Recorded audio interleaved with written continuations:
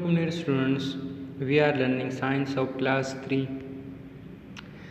बच्चों आज हम साइंस का 10वां unit adaptation of habitat start करेंगे। Adaptation of habitats. इस यूनिट में हम पढ़ेंगे कि किस तरह मुख्तलिफ़ किस्म के हैबिटेट्स में मुख्तलिफ़ किस्म के जानदार पाए जाते हैं और उन जानदारों में चेंजेस क्या क्या होते हैं।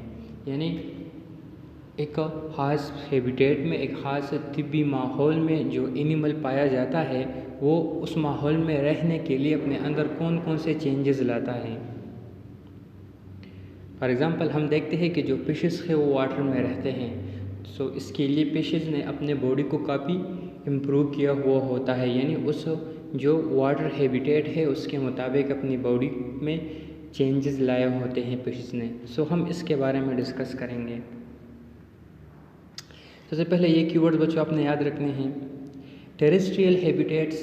टेरेस्ट्रियल हैबिटेट्स मीन ज़मीनी तिब्बी मस्कन, यानी ज़मीन के सतह के ऊपर जो भी हैबिटेट्स पाए जाते हैं सारे हैबिटेट्स को हमने टेरेस्ट्रियल हैबिटेट्स के अंदर रखा है।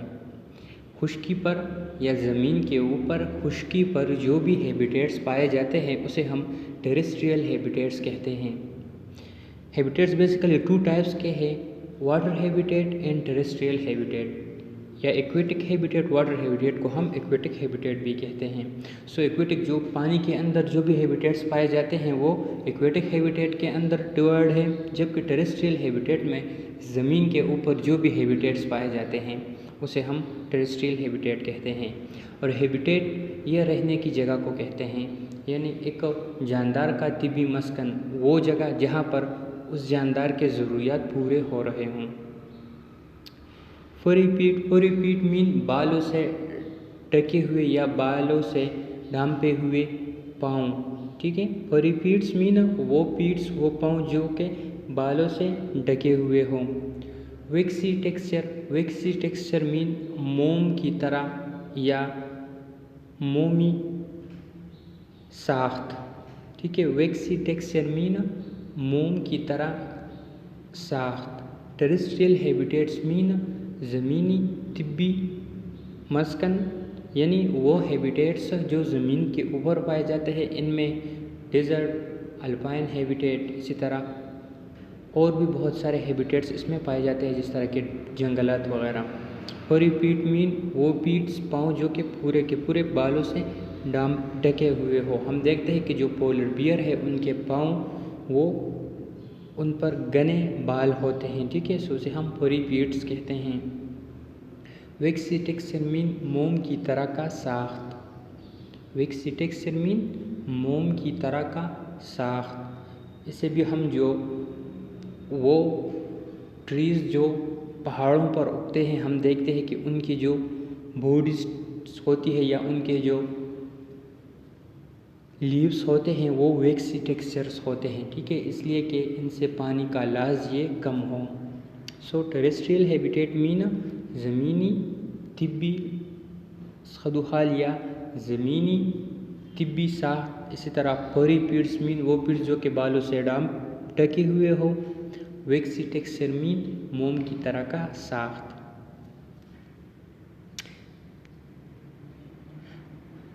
सुभान अल्लाह। Can you see birds flying in the sky, ants burrowing in the sand, sheep grazing in a field, etc. बच्चों क्या आपने कभी देखा है कि किस तरह जो बर्ड्स है वो आसमानों में उड़ते हैं, इसी तरह एंट्स चींटियाँ ज़मीन पर रेंगते हैं, जबकि खेतों में शीप्स भेड़ बकरियाँ ये चरते हैं।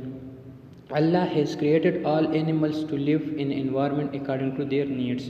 These environments are called habitats. अल्लाह ताला ने हर एक जानदार को अपने ज़रूरत के मुताबिक माहौल में पैदा किया है, यानी अल्लाह ताला ने हर एक जानदार को उस माहौल में पैदा किया है जिस माहौल में उसके लिए खुराक और पानी वगैरह ये मौजूद हो। इसको हम हैबिटेट कहते हैं। हैबिटेट की डिफिनीशन हम किस तरह करेंगे कि वो माहौल जिसमें एक जानदार के नीड्स वो पूरे हों, ठीक है, उसको हम उस जानदार का हैबिटेट्स कहेंगे। फॉर एग्ज़ाम्पल अगर मैं फ़िश की बात आपसे एक बार फिर करूँ तो जो फ़िश उसके ज़रूरियात वो पानी में पूरे होंगे। ठीक है, इसलिए पानी जो है वो फिश का हैबिटेट है। अगर फिश को हम पानी से बाहर निकालेंगे, उसको ज़मीन पर रख देंगे या उसे जंगल में, उसे पहाड़ों पर रख देंगे, ठीक है, तो वो हैबिटेट फिश के मुताबिक नहीं है, तो वहाँ पर उसके जो ज़रूरियात है वो पूरे नहीं होंगे, इसलिए वो फिश मर जाएगा। इसी तरह अगर फॉर एग्ज़ाम्पल एक ट्री है, ठीक है, वो प्लेन्स में उगती है और उसे हम वहाँ से उठाकर डेजर्ट में प्लांट कर ले, ठीक है, ट्री है वो वहाँ पर उगती है जहाँ पर पानी माकूल मिकदार में दस्तयाब हो, वहाँ से उससे हम उठाए और कहीं सहरा में उसे बो दे कि जहाँ पर पानी की मिकदार कम हो, तो वो प्लांट वहाँ पर ग्रो नहीं करेगा, वो मर जाएगा। क्यों? क्योंकि डेजर्ट का जो हैबिटेट है वो उसके मुताबिक नहीं है। इसी तरह अल्लाह ताला ने हर एक जानदार या हर एक प्लांट एनिमल को अपने अपने हैबिटेट के मुताबिक बनाया है। A habitat is a place where an organism can find food and shelter. Habitat तिब्बी मस्कन वो जगह है जहाँ पर जानदार अपने लिए खुराक और पनाहगाह ढूंढे। The capabilities that Allah has given to living organism to settle in their environment is called adaptation. अब टाइम के साथ साथ एनवायरनमेंट में चेंजेस आते रहते हैं, टाइम के साथ साथ एनवायरनमेंट में चेंजेस आते रहते हैं, तो जो जानदार है वो भी उन चेंजेस के मुताबिक अपने बॉडी के अंदर तब्दीलियाँ लाते हैं, उसको हम एडाप्टेशन कहते हैं। यानी माहौल में जब चेंज आए, ठीक है, माहौल कॉन्स्टेंटली चेंज होता रहता है, तो जब माहौल में चेंज आए और जानदार अपने बॉडी के अंदर उस माहौल के मुताबिक तब्दीलियाँ लाए, उसे हम एडाप्टेशन कहते हैं। Habitats of animals and plants are classified as, अब हम पढ़ेंगे कि प्लांट्स और एनिमल्स के जो हैबिटेट्स है वो किन ग्रुप्स में डिवाइडेड है या इनके फर्दर टाइप्स कितने हैं। सो यहाँ इस पैराग्राफ से हमने 2 डिफिनेशन सीख लिए। सबसे पहले habitat and number 2 is adaptation. Habitat mean वो जगह जहाँ पर जानदार के लिए खुराक और पनाहगाह मौजूद हो, यानी वो जो अपनी ज़रूरियात हैं वहाँ पर वो पूरे कर सके, इसी तरह रहने के लिए वहाँ पर उसे प्रॉपरली शेल्टर मौजूद हो पनाह लेने के लिए, उसे हम हैबिटेट या तिब्बी मस्कन कहेंगे। जबकि माहौल के मुताबिक अपने बॉडी में चेंजेस लाना, माहौल में सेटल होने के लिए, उसमें एडजस्ट होने के लिए अपने बॉडी के अंदर चेंजेस लाना, इसे हम एडाप्टेशन कहते हैं। सबसे पहले है टेरेस्ट्रियल हैबिटेट्स। हैबिटेट्स जैसे कि पहले भी मैंने आपको कहा 2 ग्रुप्स में डिवाइडेड है, टेरेस्ट्रियल एंड एक्वेटिक हैबिटेट। सबसे पहले हम टेरेस्ट्रियल हैबिटेट जानेंगे। Plants and animal living on land are called terrestrial habitat. अब जो प्लांट्स और एनिमल है जो ज़मीन के ऊपर रहते हैं उसे हम टेरेस्ट्रियल हैबिटेट्स कहते हैं। यानी ज़मीन के ऊपर जो भी हैबिटेट्स है उसे हम टेरेस्ट्रियल हैबिटेट्स कहते हैं। They meet all their basic needs from land such as oxygen for breathing. और यहाँ ज़मीन के ऊपर इन हैबिटेट्स में इन प्लांट्स का और एनिमल्स का जो भी नीड हो, इनकी जो भी ज़रूरियात हो वो यहाँ पर पूरी होती हैं। फॉर एग्ज़ाम्पल ऑक्सीजन, इसी तरह food and shelter. Terrestrial habitat are classified further into forest, grasslands, deserts, mountain and polar region. अब ये जो टेरेस्ट्रियल हैबिटेट्स है ये आगे से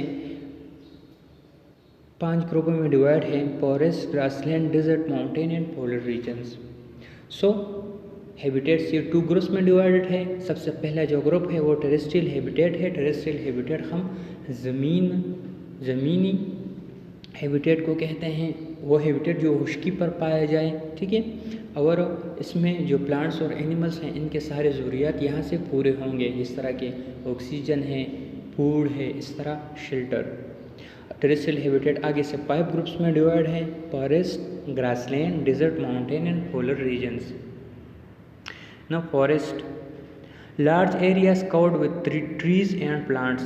अब जब बड़े बड़े एरियाज़ हों, ठीक है, और वो ट्रीज़ और प्लांट से कवर हो उसे हम फॉरेस्ट कहते हैं। फॉरेस्ट हम बड़े बड़े एरियाज़ जो कि ट्रीज़ और प्लांट से कवर हो उसे हम फॉरेस्ट कहते हैं। Desert, very hot region covered with sand having little rainfall, animal like animal live in desert. अब जो डेजर्ट्स हैं ये पत्थरों और रेत से बनी हुई जगह, ठीक है, वो बड़ी लार्ज एरिया जो कि पत्थरों और रेत से बनी हुई हो और जहाँ पर रेनफॉल कम हो, यानी जहाँ पर बारिशें कम हो, उसे हम डेजर्ट कहते हैं। डेजर्ट में कैमल जैसा सहजान एनिमल ये रह सकता है। polar regions, very cool regions with peaks covered with snow and ice. Animals like polar bears are found in polar regions. अब जो polar region है ये ज़मीन के जो साउथ और नॉर्थ पोल है, जो कि दोनों एक्सट्रीम्स हैं, यानी हमारे ज़मीन के बिल्कुल ऊपर वाला नॉर्थ पोल और बिल्कुल नीचे वाला साउथ पोल, इन दोनों पोल्स को हम पोलर रीजन कहते हैं। यहाँ पर मौसम इंतहाई सर्द होता है और थ्रू आउट द ईयर यहाँ पर बर्फ़ होती है, ठीक है। यहाँ पर जो एनिमल पाया जाता है उसे हम पोलर बियर कहते हैं। जो टेरेस्ट्रियल हैबिटेट्स है वो forest, desert and polar region में डिवाइडेड है। फॉरेस्ट हम जंगलात को कहते हैं, डेजर्ट सहराओं को, और पोलर रीजन जो पोल्स हैं उनको हम कहते हैं। अब देखिए ये कैमल हैं। कैमल पहले भी हमने पढ़ लिया, ये डेजर्ट एनिमल है, ये सहरा में पाया जाता है, ठीक है। अगरचे आम हैबिटेट्स में भी ये पाया जाता है, लेकिन ये एनिमल, इसके कैरेक्टरिस्टिक्स ये है कि ये सहरा में ज़िंदा रह सकता है। जो दूसरे एनिमल्स हैं इनमें से एनिमल्स ऐसे बहुत कम है जो कि सहरा में ज़िंदा रह सकते हों, लेकिन ये एनिमल ये सहरा में ज़िंदा रह सकता है। बेसिकली ये डेजर्ट एनिमल है। Camel store fat in their humps to be used later as energy. अब ये अपना खुराक यहाँ पर इसके हम्प में स्टोर करता है। अपने लिए खुराक कहाँ पर स्टोर करता है? यहाँ पर हम्प में। इसमें ये अपने लिए वाटर भी स्टोर करता है। कहते हैं कि कैमल वाटर के बगैर 18 डेज तक रह सकता है। सो ये क्या करता है, यहाँ पर अपने लिए खुराक और वाटर ये यूज़ करता है, और जब भी स्टोर करता है यहाँ पर, और जब भी इसे ज़रूरत हो इसे यूज़ करते हैं। Long eye lashes of a camel keep desert sand from getting into their eyes.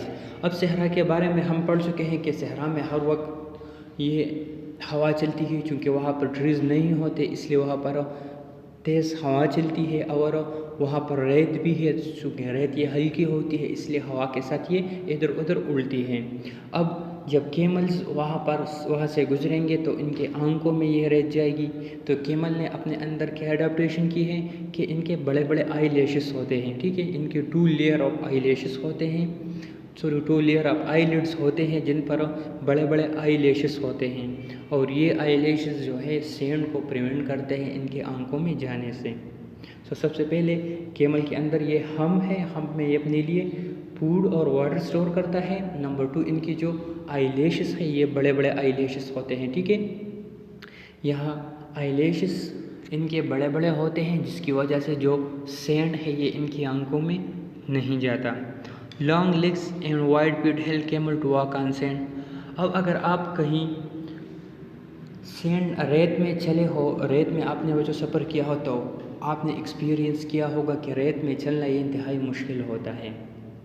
रेत में हमारे पाँव ये धंस जाते हैं, जो कि हमारे लिए वहाँ पर चलना मुश्किल होता है, और रेत में हम थकते भी जल्दी हैं।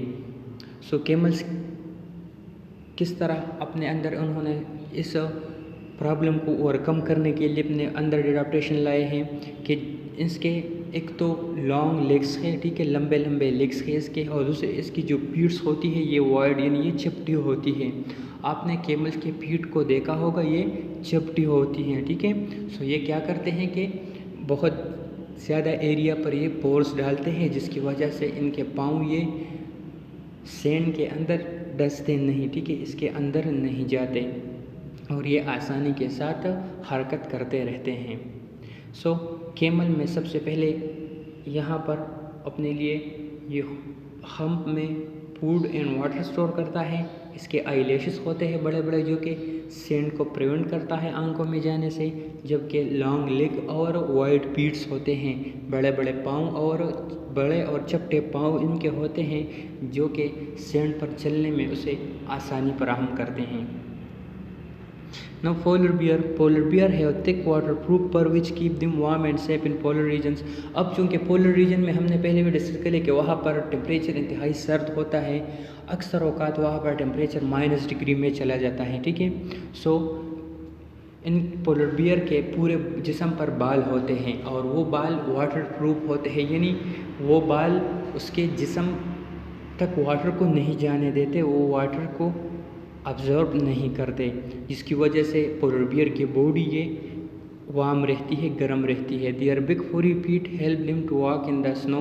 अब स्नो पर भी जो चलना होता है वो मुश्किल होता है, ठीक है। सो क्या करते हैं, इनके पोलर बियर के जो पाँव होते हैं, एक तो ये पूरे के पूरे ढके होते हैं बालों से, ठीक है, और दूसरे इनके जो पीर्स है ये भी चपटे होते हैं थोड़े से, जिस तरह के कैमल्स के थे, ठीक है। लेकिन कैमल्स के ज़्यादा चपटे होते हैं और इनके इतने ज़्यादा नहीं होते, जो कि इस पर ये इसके नुकीले से पाँव होते हैं जो कि इनको हेल्प करती हैं स्नो में चलने के लिए। Their big furry feet help them to walk in the snow. Their muscle hump on the shoulder help them in catching their prey. इस तरह इसके जो बड़े बड़े शोल्डर्स हैं, ठीक है, मसलदार शोल्डर्स हैं, ये इनको शिकार खेलने में या अपने लिए खुराक पकड़ने में हेल्प करती हैं। सो पोलर बियर, इनके जो बॉडी है इनके ऊपर बालों की लंबी तह होती है जो कि वाटर प्रूफ होती है, यानी वाटर को ऑब्जर्व नहीं करती। और इसके साथ इनकी जो स्किन है इनके नीचे पेट्स की भी मोटी सी तह होती है, ये भी इनके बॉडी को गर्म रखने में हेल्प करती हैं। जबकि इसके पाँव होते हैं, पाँव भी पूरे पाँव पर बाल होते हैं, ठीक है, जो कि उसे हेल्प करते हैं स्नो में चलने के लिए। Pine grow close to each other to protect themselves from the wind in the forest. अब जो पाइन ट्रीज होते हैं, ठीक है, ये अक्सर हम देखते हैं जो पहाड़ है इनमें पाइन ट्रीज उगे होते हैं। तो ये पाइन ट्रीज क्या करते हैं, ये एक दूसरे के साथ साथ उगते हैं, क्योंकि पहाड़ों में बहुत ज़्यादा तेज़ हवा चलती है। सो कहीं पर हवा इसे उखाड़ ना दे, इसलिए ये बहुत घने उगते हैं, यानी एक दूसरे के साथ साथ उगते हैं। Pine cons protect their seed from harsh cold. इसी तरह इनके जो कोन्स होते हैं, हमने ये भी पढ़ा था कि जो इनके पाइन्स के कोन्स होते हैं वो उसके अंदर सीड होता है। सो वो कोन इन सीड को प्रोटेक्ट करता है ज़्यादा सर्दी से। हम जानते हैं कि पहाड़ों के ऊपर वो टेम्परेचर मुतदिल रहता है या सर्द रहता है। They also have a vaccine texture which keep them safe from water. इस तरह इनकी जो टेक्सचर है वो वैक्सी होती है, ठीक है, यानी इसके जो ऊपर वाली सतह है वो वाटर प्रूफ होती है, यानी वो वाटर को ऑब्जर्व नहीं करती। जो जंगलात होते हैं या जो कि हाई एल्टीट्यूड एरियाज़ है, यानी पहाड़ है, वहाँ पर बारिशें ज़्यादा होती हैं। सो ये क्या करते हैं, जो पाइन ट्रीज़ हैं इनके जो पत्ते होते हैं, ठीक है, वो वैक्सी होते हैं, यानी वो मोम की तरह होते हैं, यानी वाटर प्रूफ होते हैं, जिसकी वजह से वो पानी को ऑब्जर्व नहीं करते। सो पाइन के 3 कैरेक्टरिस्टिक हमने पढ़ लिए। एक तो ये एक दूसरे के साथ साथ उगते हैं ताकि जो कि पहाड़ों पर तेज़ हवा हो उसे उखाड़ ना दें, ठीक है।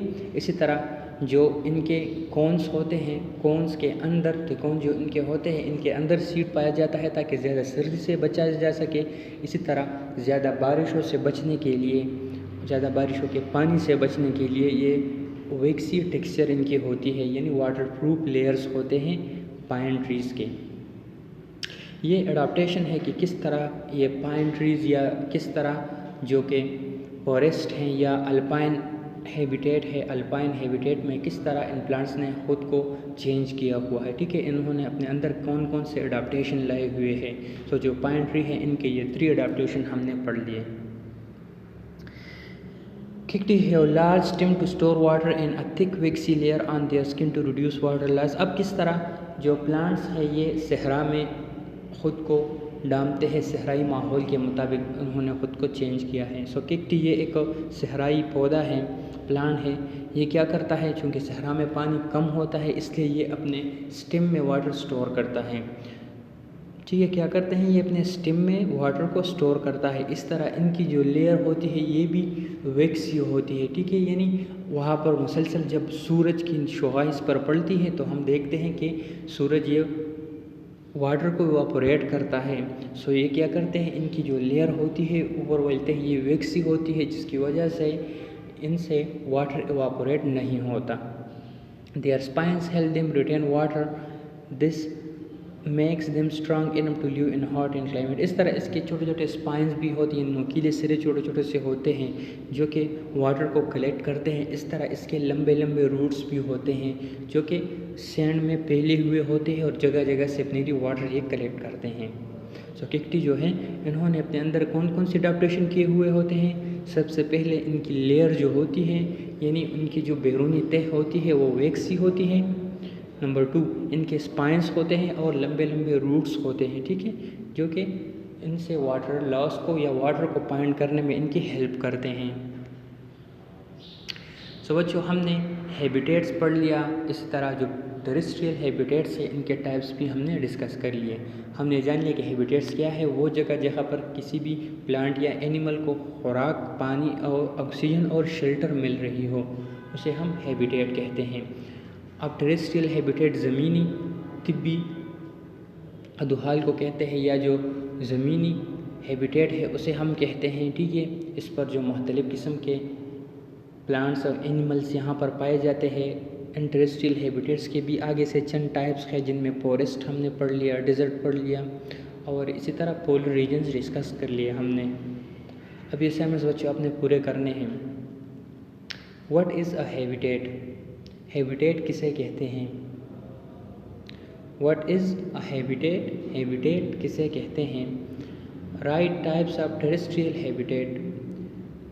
जो टेरेस्ट्रियल हैबिटेट है इनके खुसूसियात या इनके टाइप्स आपने लिखने हैं। Right types of terrestrial habitat, जो टेरेस्ट्रियल हैबिटेट है इनके टाइप्स आपने लिखने हैं। इनके कौन कौन से अक़साम हैं आपने वो लिखने हैं और बच्चों याद भी करने हैं। What is a habitat? Habitat किसे कहते हैं? तिब्बी मस्कन किसे कहते हैं? Right types of terrestrial habitat, जो टेरेस्ट्रियल हैबिटेट है ज़मीनी तिब्बी मस्कन है उनके कौन कौन से टाइप्स है वो आपने लिखने हैं और इन दोनों क्वेश्चन को आपने लिखकर याद भी करना है। थैंक यू एंड अस्सलाम।